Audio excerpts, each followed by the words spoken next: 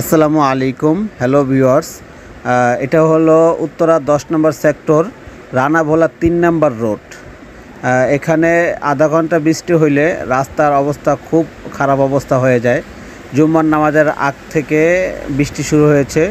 জুম্মার নামাজ পড়া শেষ হলো। নামাজ পড়ে যখন মুসল্লিরা বের হচ্ছিল তখন রাস্তার এই দুর্দশা। এলাকার মানুষ যে কী ভোগান্তিতে আছে এই রাস্তা নিয়ে মানে বলার বাহিরে। আশেপাশে সমস্ত রাস্তা অবশ্য পাকা হয়ে গিয়েছে, ঢালাই রাস্তা হয়ে গিয়েছে। তবে সিরাজ মার্কেট থেকে গল্লি ঢুকে রানাভোলা 3 নম্বর রোড দিয়ে যে রাস্তাটা বের হয়েছে, এই রাস্তায় আধা ঘন্টা বৃষ্টি হইলেই মানুষের ভোগান্তি শুরু হয়ে যায়। না কোথাও যাওয়া যায়, না কোথাও থেকে আসা যায়। এলাকার মানুষ খুব ভোগান্তিতে আছে। রাস্তাটার অবস্থা দেখেন, মানুষের হাঁটু পর্যন্ত পানি ডুবে গিয়েছে। আর এই পানি নামতে নামতে প্রায় আধা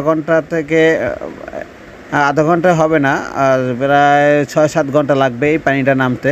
এমনও সময় যায় যে 3 ঘন্টা মানে হয় না, প্রায় 12 ঘন্টার মতো সময় নেয় পানিটা নামতে।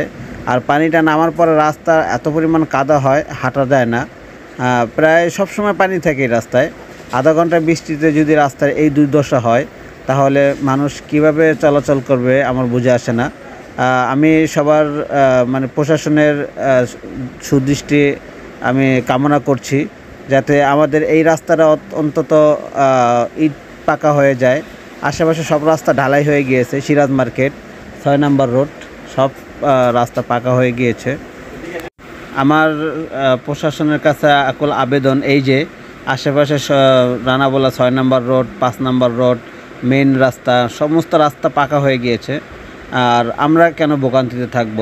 আমাদের প্রতি একটু সুনজর যদি দেন, আলহামদুলিল্লাহ।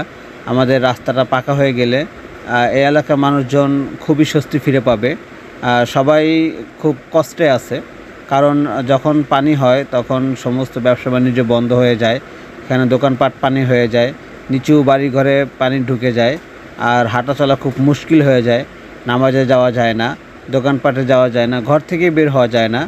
তাই আকুল আবেদন এই যে আমাদের এই রাস্তার প্রতি একটু সুনজর দেন। দেখেন হাঁটু পর্যন্ত পানি হয়ে যায়, আর খুব মানে কাদা, পানিগুলো খুব গন্ধ অবস্থায় থাকে। সব রাস্তায় বড় বড় টাঙ্কি হয়ে মেনহল হয়ে রাস্তা হয়ে গিয়েছে। আমাদের এই রাস্তাটাই শুধু হলো না, কেন হলো না জানি না, আল্লাহ জানে। তবে প্রশাসন যদি চায় খুব দ্রুত এই রাস্তাটা হয়ে যাবে।